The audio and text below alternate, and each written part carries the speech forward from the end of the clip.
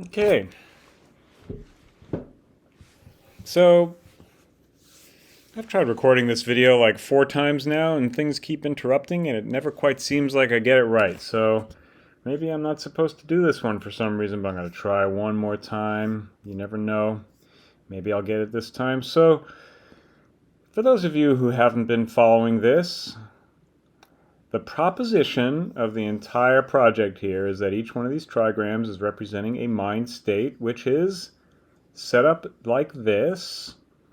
The first line, which in the prenatal here is on the inside. Here, we'll take a look at this is our prenatal. The first line is here on the inside. On the postnatal, the first line is on the outside. So they are inversions of each other. We're thinking about the experience being broken into these 3 primary parts. Originally, I was talking about time, past, present, future, but here, I think a better way of thinking of it without the encumbrances of time is that we have the sense of the phenomena. We're an experiencer, right? And we're having these sense experiences both within the body. I mean, it really is all within the body what we're experiencing. And then there are messages that impinge on the body from everything around us, and that we can have stored, those experiences. To some extent, we have a memory, an impression of them. It may not be an accurate memory, but it's a memory nonetheless. And then we have this imaginative process where we can, in essence, modify our sense of what it is that's going on. And we can focus on any of these 3 things, and the yang line is indicating where the focus is. The yin line doesn't mean nothing's happening there, it just means that's not where we're focusing. So you can think of the yin line as representing the subconscious, the thing that we're not really aware of at any given moment. So here's something that's worth noting, and we're going to focus on the prenatal for a moment. So I think it's rather interesting to note the yang line continues on the way up. And of course, the yin line is continuous on the way down. Is there a significance to that? I think there is. Not independent of the whole arrangement, but if you think about what is being suggested here, in the prenatal, we're talking about a mind that has balance, equanimity. In the postnatal, we're talking about a mind that is belabored by its own obsessions. So in this case, fire here is about an object of desire. We're clinging to an object of desire, and this is our real goal, the object of desire. And we are rooted in our sensation. In the prenatal, much of what I've spoken about is a resolution to the postnatal, which is to say, freeing ourselves from the object of desire and freeing ourselves from enslavement to our senses. But there's another side to this as well, which we might think of as being, what Patanjali calls right knowledge, right understanding. In other words, a mental process that is good, that doesn't cause the dukkha, that doesn't cause the suffering, that doesn't lead us into illusion. And so we can think of a mind process that is fundamentally creative, but not creative in the sense of doing what the self wants, because the postnatal would be concerned with our senses, and so it would have to do with sort of the ego gratification type of creation that we see in a lot of the present social arts.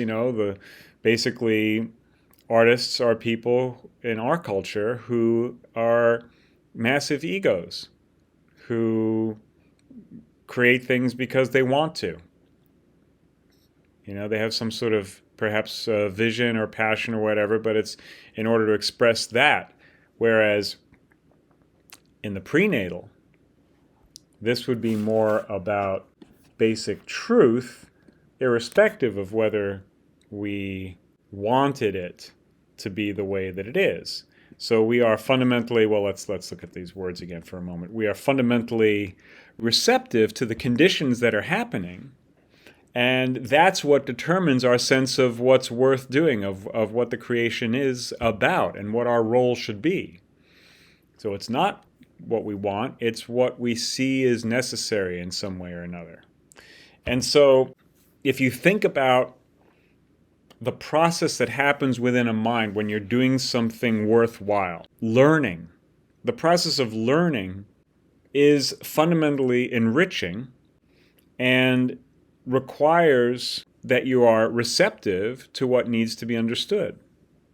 When you're receptive, you get a sense of, well, what needs to be learned. And it could be a conditional thing where you're, let's say, studying a particular subject. If you're a musician, you're in music class, you have to be receptive to whatever that particular class is about in order to accomplish that. That would be kind of a contained version of what might be a general way of looking at things, a more kind of universal receptive state, where even the subject that you might want to study would be dependent upon this basic principle of being receptive to what needs to be learned.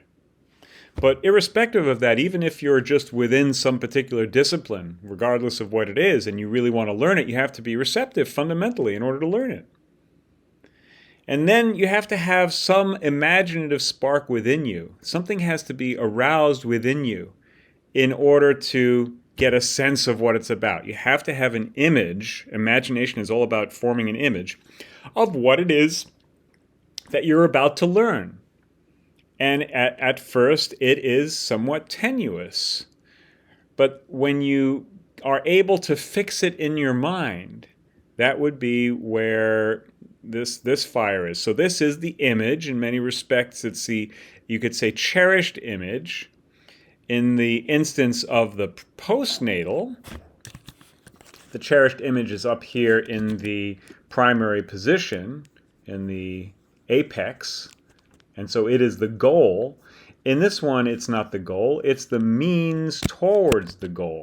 The goal is something greater than the fixation of a particular image. The image is serving this goal. And in this case here, it's just memory and imagination. So some part of this imaginative thing that rose up is now stored in memory, because you can't do anything if you can't remember it. So it has to be stored there. And then the imaginative process is necessary in the active sense. So you're kind of bringing it into your life, inside of yourself, which means that you have to let go of the memory of it because it's going to change. You can't hold on to what your idea was of what it was supposed to be. It's going to develop until it actually becomes something. Then you no longer need the imaginative process anymore because you know what it is. It's actually arrived in the world. Let's take a tangible example. In the musical realm, if you want to learn a particular technique or a particular instrument, you have to have an idea of what it's about, and then you have to you have to have an inspiration, which then forms a kind of mental object that you can then work with, which means you're going to change it. You're kind of changing it actively once you have a sense of what that object is until you get some kind of result. Like, let's say I wanted to learn how to do arpeggios on a guitar. I can play arpeggios on a keyboard, but I'm not a very good guitar player.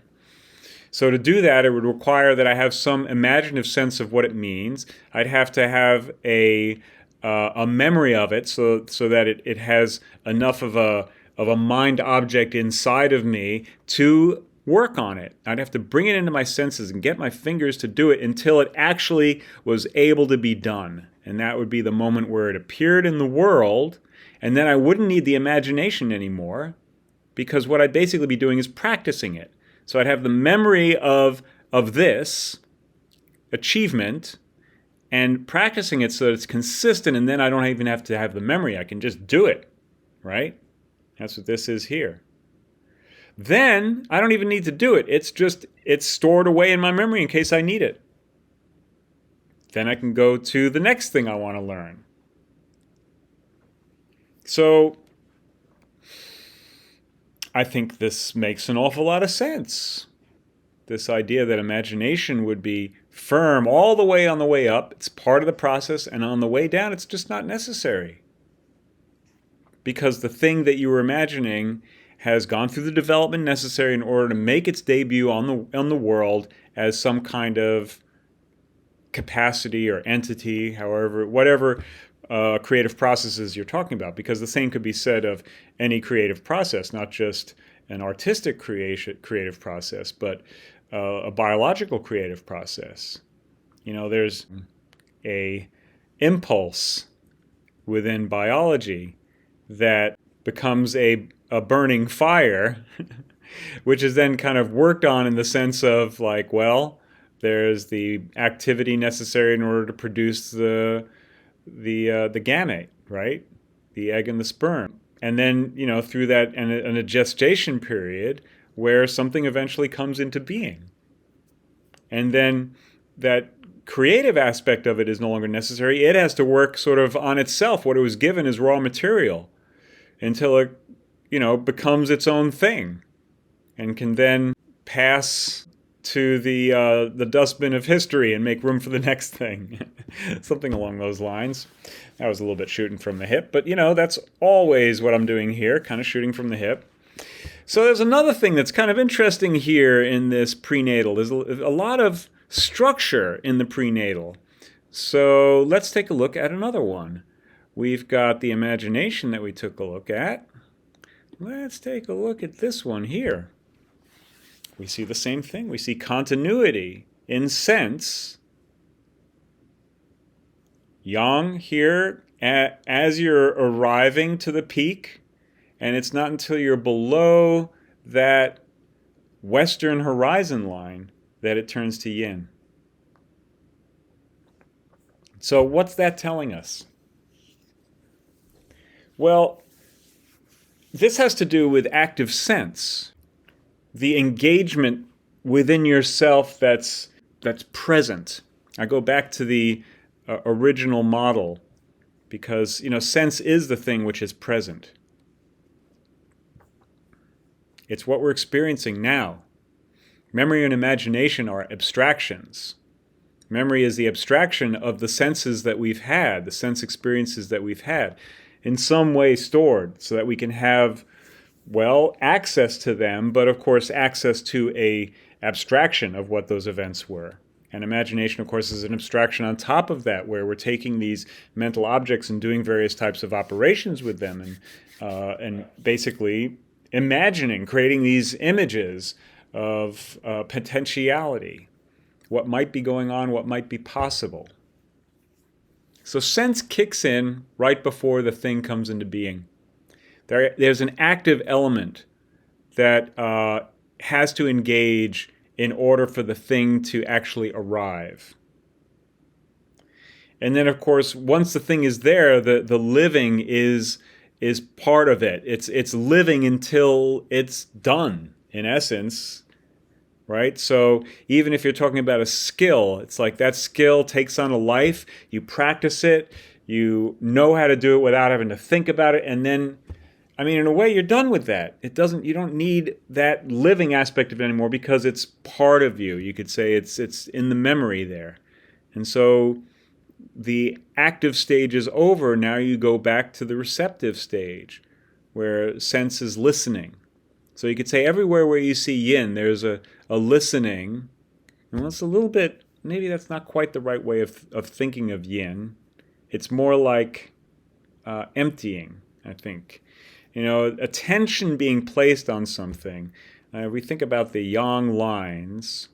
So attention is placed where we have yang. So that's kind of like a listening, but in a way, you know what it's like when you're paying attention to something, and sometimes it's not listening, right?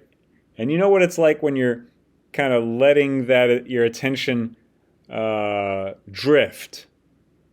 And in a way, you're more receptive, you're more able to hear things. So listening is an interesting word. I'm not sure that the yin and yang that I'm talking about here really is necessarily... I would say that what's going on is that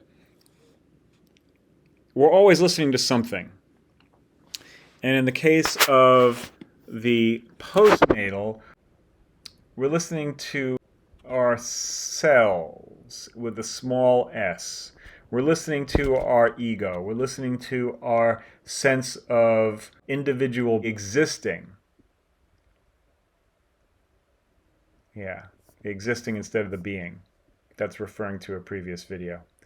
In the prenatal, we're listening to everything as much as possible. We're open to God and the creation, if you like. The eternal consciousness and the ever-changing phenomena. We're listening to the Logos, the Spirit. We're trying to discern the Tao, the way things really are, irrespective of our particular wants. To whatever extent we're able to, we put it aside, those particular wants, to see the broadest possible picture by emptying the mind. But of course, it's not just emptying the mind. You know, the idea is that the sage would never leave sacred ground. So if the true state is fully receptive, then you would abide within the yellow chamber. I think that would be the appropriate poetry for the Taoists. And never leave. But I think there's a certain amount of disagreement about that within the tradition. There's the concept of the inconvergence. You could say the bodhisattva returning to the world of phenomena. So, of course, all of that is very, you can argue about the virtues and defects. But something along those lines is really quite different from, well, pursuing goals that we want, trying to satisfy our senses, feeling a sense of emptiness after entangling ourselves with these objects of desire. So remember, this is backwards to the direction of the trigrams in the prenatal. So here's mountain, not thunder. So you wake up, you could say at the beginning, you just wake up with the memory of the punishment that you continually are going through, right? Isn't that what it kind of feels like? So it's a fascinating thing to really start to ponder whether or not, let's just say it as neutrally as possible, whether or not this system of representation is actually describing real mental states on some very fundamental level. It ain't just what you want, it ain't just what you think, it ain't just what you're individually after. It's far greater. It's beyond knowing. And that we can know. We can know that it's beyond knowing. And that's the root of knowledge, to know that we don't know. That's why emptiness is the root of the prenatal. And that's why the great traditions speak of not knowing as the elemental gate to wisdom. Anyway, I just said a bunch of stuff. I think it pretty much expressed what I wanted to convey. I hope you found it of interest. And if you'd like to support these efforts, well, there's stuff going up on the screen now about it, and there'll be links in the video description. So until next time, I hope everyone's hanging in there as well as can be. Thank you for watching and listening and contemplating. And for whatever feedback, interaction, whatever it is that you're moved to do as a result of this, I hope it's of benefit to you and to those around you. Adios.